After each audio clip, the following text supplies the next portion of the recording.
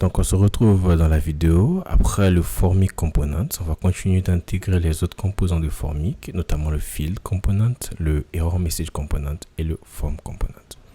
Donc je viens tout en haut de mon fichier, donc j'importe le Field Component, le Form Component et le Error Message Component. Et j'enregistre. Je viens au niveau déjà du form. Je vais effacer ce form là.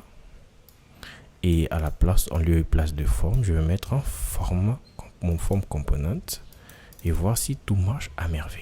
Donc je mets mon form ici et je vais voir si tout marche à merveille. Donc voilà, je rafraîchis. Et lorsque je clique, tout marche à merveille. Donc j'ai remplacé le form qui était initialement là avec un handle submit par le form component de Formic. Donc je reviens ici au niveau de mon premier champ déjà. Donc je vais effacer ce input là et je vais utiliser le field component. Donc je mets le field component et là je vais utiliser, donc j'efface aussi cela et je vais mettre le error message component. Donc je vois bien que j'ai gagné en quelques lignes de code. Donc on va continuer. Donc je dis OK pour le field component, le name c'est name pour que Formic soit au courant à quoi greffer ce champ. Donc je vais dire le type c'est un texte. Et ensuite, la classe name, ça sera un form control pour qu'on puisse toujours garder l'effet visuel.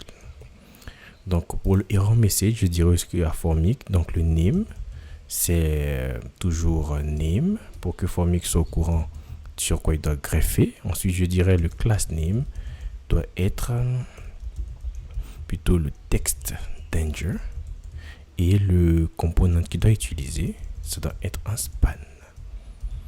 Voilà, donc j'enregistre et je viens au niveau de mon application. Donc je vois bien que déjà j'essaye, je vois bien que le message d'erreur est affiché, le composant est là et je vois bien que j'ai le nom qui est là. Donc tout marche un peu comme si ça devait marcher. Donc je reviens au niveau de mon application déjà. Donc je vois bien que le class name, j'ai mis un A majuscule. Donc je mets un A minuscule, j'enregistre. Je reviens là, tout marche comme sur des roulettes. Donc tout fonctionne avec le field component, tout fonctionne. Donc ici par contre j'ai le HTML for name ici, donc je vais mettre un ID égale à name. Voilà. Donc je crois bien que là si je clique ici, voilà, donc ça m'envoie là. Donc je vais essayer de faire la même chose pour tout le reste de mon formulaire. Donc ici l'error message, pareil. Donc je vais gagner en temps en faisant du copier-coller comme d'habitude. Copier, je copie ici, je viens coller là. Donc ici le name sera email et tout le reste sera pareil. Donc je vais prendre le field component, je vais copier là et je viens le placer ici. Donc le name ça sera email, le type ça sera email, le form control ça sera form control et l'ID plutôt, là je m'étais trompé là, donc l'ID ça sera email aussi. Donc j'enregistre au niveau du phone number, je vais faire la même chose, donc je vais copier les deux, je vais venir au niveau à ce niveau là et faire un coller.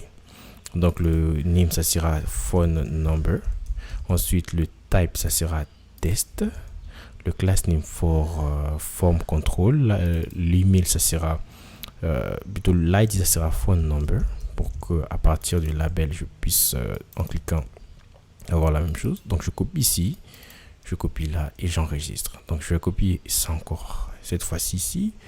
Je viens au niveau du mot de passe, je colle. Donc déjà ici, donc je vais gagner en temps. Le type ça sera un password.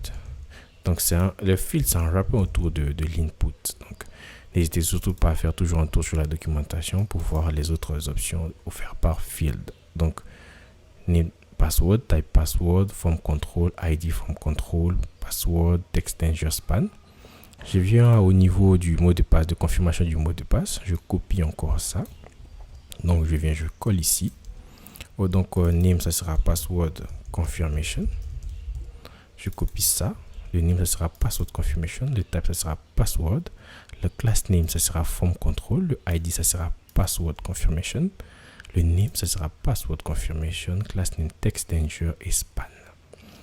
Par contre, au niveau de la checkbox, est-ce que ça sera pareil? Ça sera pas du tout pareil. Donc, je viens au niveau de la checkbox. Je copie mon field.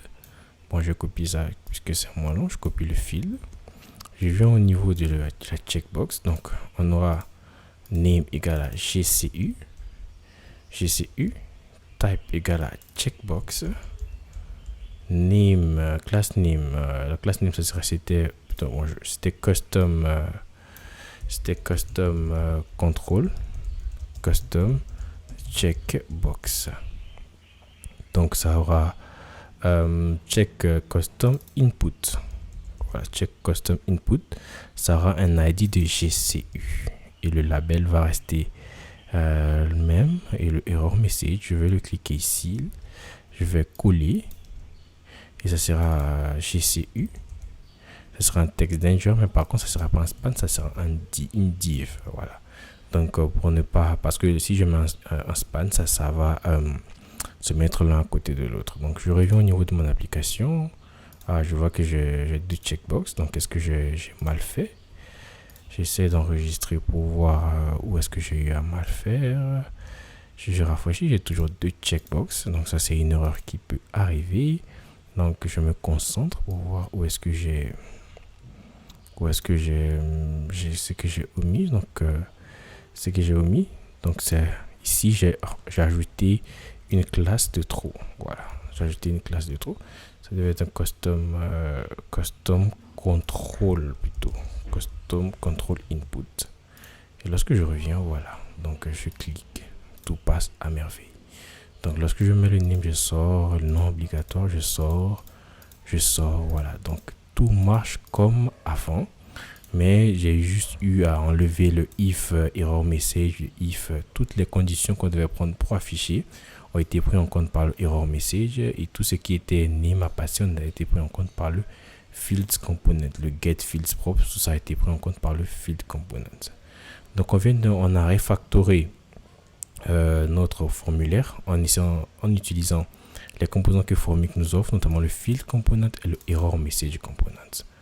Donc, dans la prochaine vidéo, on va essayer de voir quelque chose d'autre. Si je reviens ici, je vois bien que lorsque mon formulaire n'est pas valide, lorsque je clique, quand même, ça affiche les messages d'erreur. Donc, on va essayer de désactiver ce bouton-là.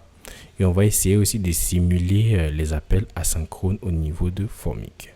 Donc, on se retrouve dans la prochaine vidéo pour voir comment est-ce qu'on peut déjà désactiver ce bouton lorsque le formulaire n'est pas actif. Ou actif ou n'est pas valide, et aussi on va voir comment est-ce qu'on peut simuler les appels asynchrones au niveau de Formic. Donc on se retrouve dans la prochaine vidéo.